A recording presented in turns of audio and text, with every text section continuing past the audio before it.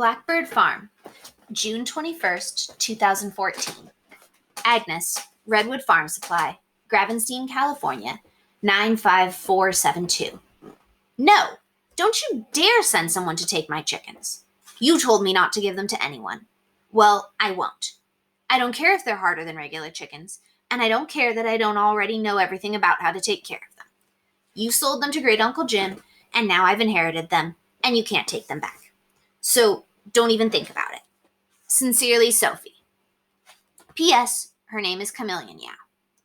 P.P.S. Great Uncle Jim's hen house works just fine for his chickens. P.P.P.S. I'm ready for lesson 3. Blackbird Farm, June 22nd, 2014. Mariposa Garcia Gonzalez, Land of the Dead. Querida abuela, I wish I'd asked you about your chickens while you were alive. What kind did you have when you were a girl, before you came to this country? Did you name them, or just eat them? I know you had to be practical and use what you had. But if you're still around keeping an eye on me, would you please keep an eye on my chickens too? They aren't very good at keeping quiet yet. 3 days ago, Chameleon laid her first egg. I hid it in the fridge like Agnes said to. So this morning for breakfast I scrambled it, and Mom and Dad and I each had 2 bites. Mom said it was the best egg she'd ever tasted. And Dad said that maybe chickens were pretty useful after all. Though I had to pretend that Henrietta laid the egg, since they don't know about Chameleon yet, and I don't really think they're ready to try and understand chickens that lay glass eggs. Then we all talked about our favorite egg recipes, and Dad told me about something Great Uncle Jim used to make, called popovers. They're like a really tall muffin that isn't sweet and falls over, I guess? He said we could make them sometime if we can find the pan. But your migas is what we all loved best. I wish I could read your recipe, but since I can't, I'm going to look for one at the library. It will be the best surprise ever when I make it for my parents. After breakfast, when I went to check and make sure Henrietta and Chameleon hadn't dumped their water jars over yet, I saw the black streaked chicken again. I've been worried about it. Agnes says it likes tomatoes, but it's not like we can afford to waste tomatoes on a chicken my parents don't even know exists, and wouldn't necessarily want me to catch anyway. I wish Great Uncle Jim had a garden with tomatoes. Dad was talking about weeding the old vegetable patch the other day, but he didn't get around to it. He doesn't seem to know very much about farms, even though I got him some library books on how to grow things. He spends most of his time walking around the grapevine shaking his head. So by the time we get tomatoes, it'll probably be Christmas. So I used what I had, just like you always taught me. I got sunflower seeds from Great Uncle Jim's can, and I put them on the ground in a trail leading up to the old dog crate. I thought maybe I could catch and keep it in there until it got used to me. You'd be proud of me. I did a good job of cleaning the crate after Chameleon pooped in it. It was gross, but I told myself there's no shame in hard work, just like you would have said, and that all the work has to get done by somebody. For a minute, I couldn't remember what your voice sounded like when you said those things, and I was really sad. But now I remember. The problem was that Henrietta and Chameleon immediately started eating the seeds themselves. I explained that they were for the black streaked chicken, but they just ignored me. So I had to go get more seeds and keep filling in the holes where they ate through the trail. Chameleon vanishes every time Henrietta glares at her. She's getting pretty used to me, though. And the seeds keep disappearing where she's been, so I know she hasn't really left. Anyway, all this ruined my plan to put out the seeds and hide in the bushes and wait. So finally, I just put a whole bunch of seeds out and went to sit in the shade and read my new book. It's pretty good so far. I'm going to read it to myself before I read it to the chickens, just in case it might scare them. I was at an exciting part, and you know I don't notice everything around me when I'm reading a good book, so I didn't see the black chicken arrive. All I know is that I looked up at the end of the chapter, and all 3 chickens were eating sunflower seeds right in front of me. The black streak was a chicken, all right, but it was the weirdest looking chicken I have ever seen. It wasn't much bigger than Henrietta, but it was all black, with a little red comb, and its legs and feet were covered in feathers all the way to the ground, like big stompy boots. All of its feathers were weird, too. They twisted in every direction, like they'd been blown around in the wind. I didn't have very long to examine it, though. As soon as it saw me looking up, it took off running. There was no point in chasing it, no matter how worried I was about the hawk chicken thing and people who know a lot about chickens trying to catch it.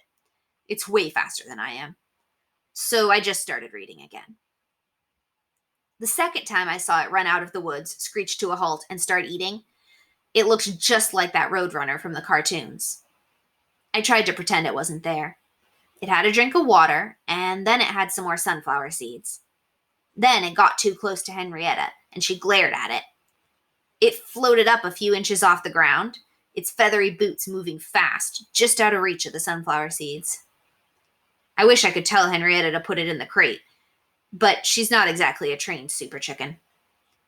Henrietta went back to eating her seeds, and as she stopped glaring at it, the black streaked chicken floated gently down. It looked at her for a minute, then moved off a bit and started eating seeds again. I hope it's still there when I go check on them after dinner. I can't exactly keep it from running off, but maybe it will remember that this is its home. At least I got to see what it looked like. Te quiero, Sofisita. Here's one of those pages from like a chicken guidebook. Bantam Black Fizzle Cochin. Diminutive height, black plumage with a distinctive windblown look. Feathered legs and feet. Small wings and tail, small red comb, red earlobes. Small light brown eggs. Infrequent layer. Friendly and inquisitive when hand raised. Blackbird Farm, June 23rd, 2014. Mr. James Brown, wherever you are now. Dear Great Uncle Jim, I guess it's a good thing I like unusual chickens because they keep turning up. It is really too bad you're dead because I have an awful lot of questions for you. You already know Henrietta came to live with me, and a chameleon chicken turned up too, and I think the black streak chicken has decided to stay. I might as well name her Roadrunner, since I already think of her that way. Except, I haven't told my parents about the new ones yet. Well, when I came inside this afternoon, Dad was studying your antique phone. The weird black one on the wall. Like he was thinking about taking it apart. Maybe he got that from you. Things don't always go back together in quite the same way when Dad's working on them for a while, so normally I'd be a little nervous. But I don't have any friends here to call, so I guess he can go for it if he wants. Sophie, Gregory at the post office called you, my dad said, handing me a slip of paper. My stomach felt all funny. I like Gregory, but why would he call me when he'll be delivering mail tomorrow anyway? I meet him every day at the mailbox, since I can see him driving up from the barn window. Usually good news can wait, but bad news can't. So I just looked at the number for a long time. Then I looked at the really old phone on the wall. Dad, how do you dial this thing? Dad told me to put the cone on a string part up to my ear and just talk really loudly at the cone part stuck in the phone on the wall. He gave me a stool so my mouth would be at the right height, and I stuck my fingers in the holes and moved the dial around. Gregory picked up right away. Hello, this is Gregory, he said. I think I found another one of Jim Brown's chickens while I was doing my deliveries, but it needs to be picked up today. Can you go get it, or do you want me to ask around and see if someone else can take it? I bit my lip. It was nice of Gregory to try and help us out. I've told him before that my parents aren't that into farm animals. But if this really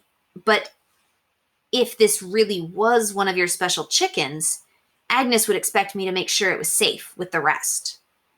Probably whoever Gregory could find to take it wouldn't have special chickens, and I bet regular chickens weren't going to like living with one, if it was anything like Henrietta at least. Unless it was Miss Grigson he was thinking of. Can you hang on for just a minute while I ask my dad? I wasn't quite sure what part of the phone to cover, but I did my best. I thought really fast. I didn't want to lie, but I didn't want Dad to say no either. Dad, more Great Uncle Jim's chickens turned up. Gregory says we need to pick them up today. If we can't afford to take responsibility for them, he'll try to find someone else who can. I figured I might as well get the other two cleared up at the same time by pretending there were more new ones. Dad looked pretty mad. I know he hates it when people think we might need help. I felt bad about making him mad on purpose, but really, these chickens needed to be safe. He stomped over to the doorway to Mom's study and yanked the door open. Mom's writing music blasted out into the hall. My stomach settled down a bit, and I started thinking again. Mom hates Charity even more than Dad does, so I thought maybe things would be okay. People always think Mom and I are poor. They even did when we had some money, just because we're brown. Mom's used to it, but it still makes her mad. Even more so now that we really are poor. I don't think Dad will ever get used to it. While I was waiting, I picked up the pencil from the hall table and uncovered the phone. Thanks for waiting, Gregory. Where should we pick the chicken up? There was a long pause, and then Gregory said, Sophie, do you know anything about how to keep this kind of chicken? He hadn't told me what breed of chicken it was, but I knew exactly what he meant. So Gregory knew about Great Uncle Jim's unusual chickens. But Agnes said I couldn't tell anyone, and that included Gregory. I wasn't going to mess things up now. I took a deep breath. Yes, I said. Maybe I didn't know all about chicken diseases and Epsom salts and all of that, but Agnes was teaching me about special chickens, and as far as I could tell, I knew as much about them as anyone else. Except maybe Miss Grigson. But you know what Agnes thinks about that. It's my responsibility to protect your chickens. Yes, I do, I said again. There was another long pause. So long I thought maybe the phone had stopped working. I wasn't sure what I'd do if I didn't pass Gregory's test. Why had he called me if he didn't think I could take care of this new chicken? And then Gregory sighed. Just be careful, okay? I wrote down directions while Mom and Dad argued some more. By the time they came out to tell me that I'd have to take care of the new chickens too, I already had all the information. So I dutifully told Gregory my parents had agreed, and he hung up so he could call and let the people who found the chicken know I'd be coming for her. Dad looked at his watch and sighed. I'm already late to meet Bob about that replacement tractor key. Sophie, it's just going to have to wait till I'm back. No problem, Dad, I said, and gave him a hug as Mom walked back into her study and turned the music back up. I gave it about 10 minutes, long enough for Mom to be wrapped up in her work again. Then I knocked on her door and asked if I could walk over and pick the chickens up myself, since it was only a mile away. Sure, whatever, just give me another 15 minutes, Mom said, not even looking up. So I decided I'd better get that chicken before Dad comes back, and Mom remembers what she agreed to. Don't worry, though. I'll leave a note reminding her where I went. Only, I'm nervous. What if Miss Grigson turns up there, too? What if these people don't think I look responsible enough? I guess this is just another part of keeping chickens. Love, Sophie. Blackbird Farm, June 23rd, 2014. Mariposa Garcia Gonzalez, Land of the Dead. Querida abuelita, I guess I never really was afraid of a chicken before. I mean, I didn't want to get pecked, and Henrietta made me a little nervous a few times when she looked at me too long, but I'm bigger than she is, and I think I'd be hard for her to lift. But this new chicken? Well, I think it's better if you don't tell Mom or Dad about her superpowers until I find out more. I sort of thought it was just going to be another chicken with regular superpowers when Gregory called. I was happy this chicken would be back with the rest of her flock. I didn't want her to be lonely.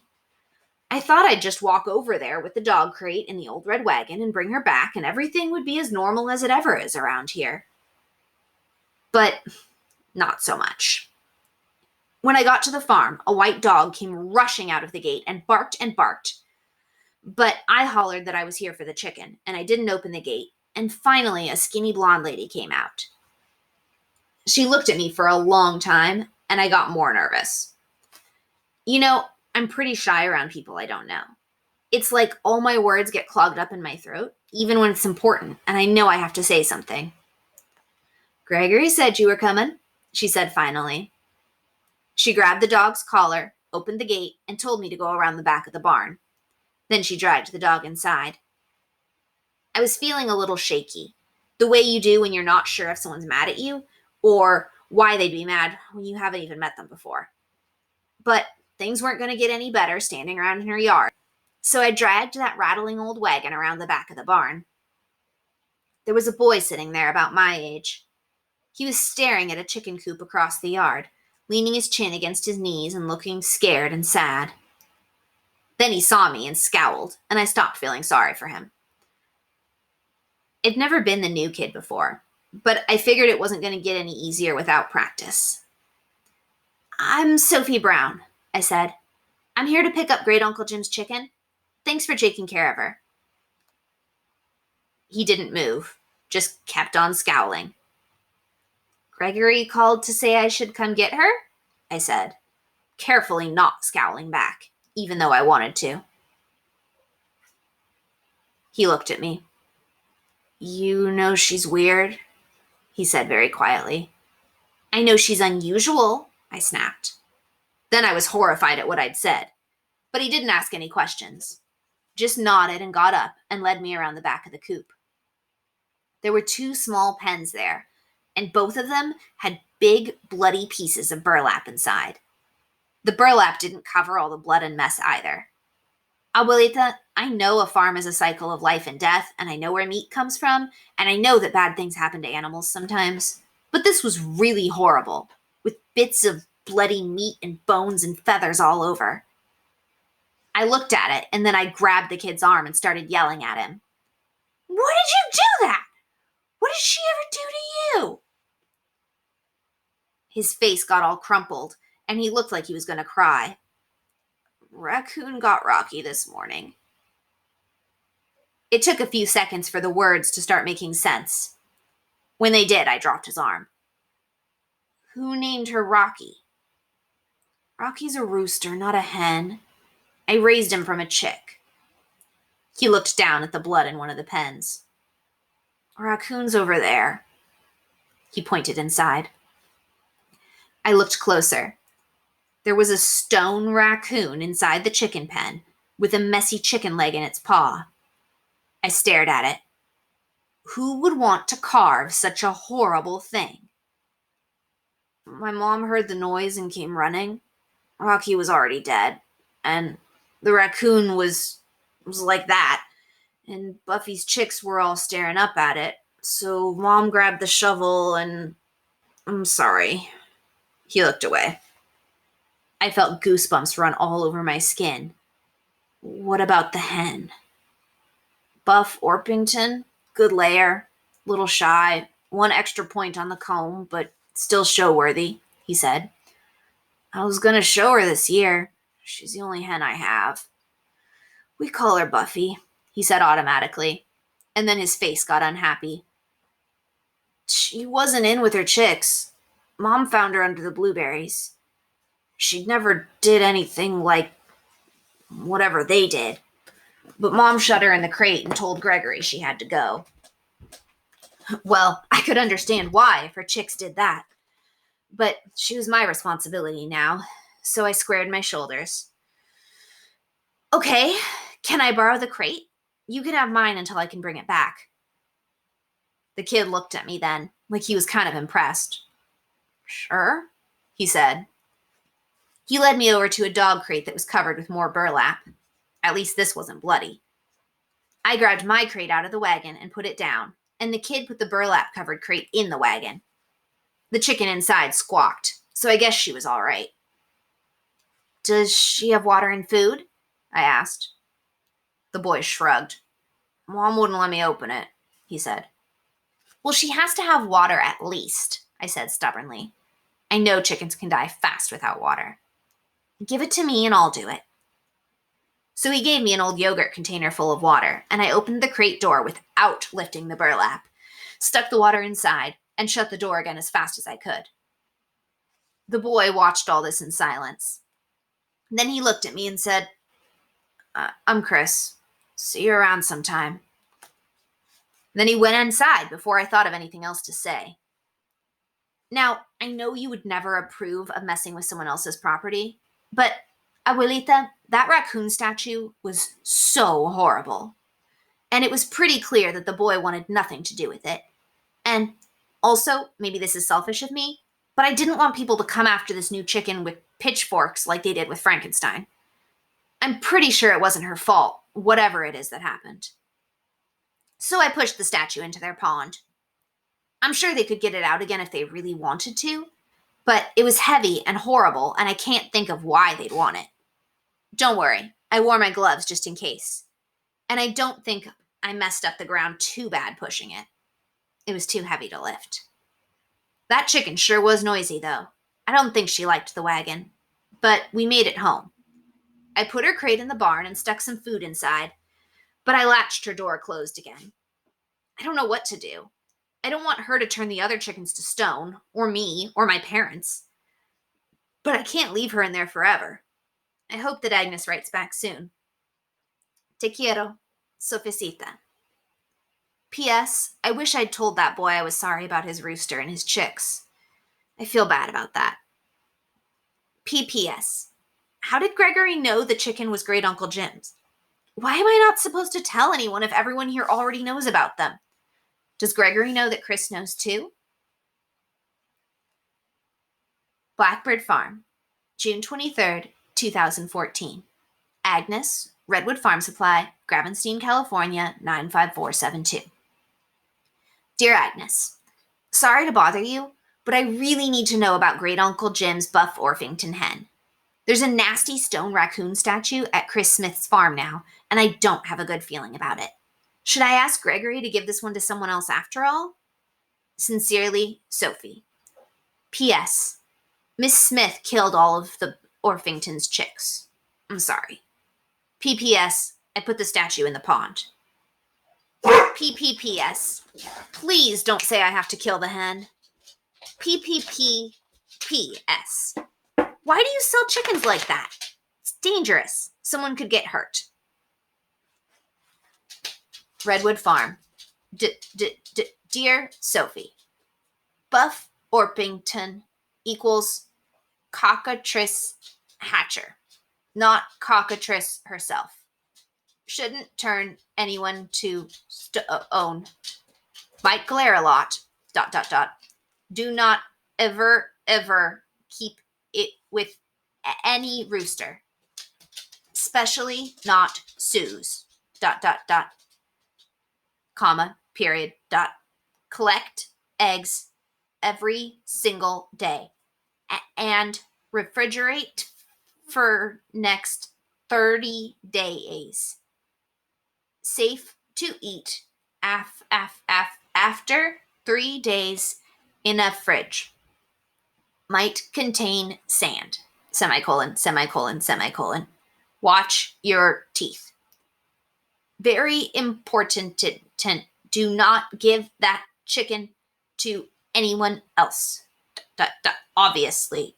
comma, /. I don't sell her kind. Very rare. Chicks are dangerous. Trusted Jim. Thank you for saving her. ... comma, Agnes. Others. 3 speckled Sussex hens. Think that's all Jim had left.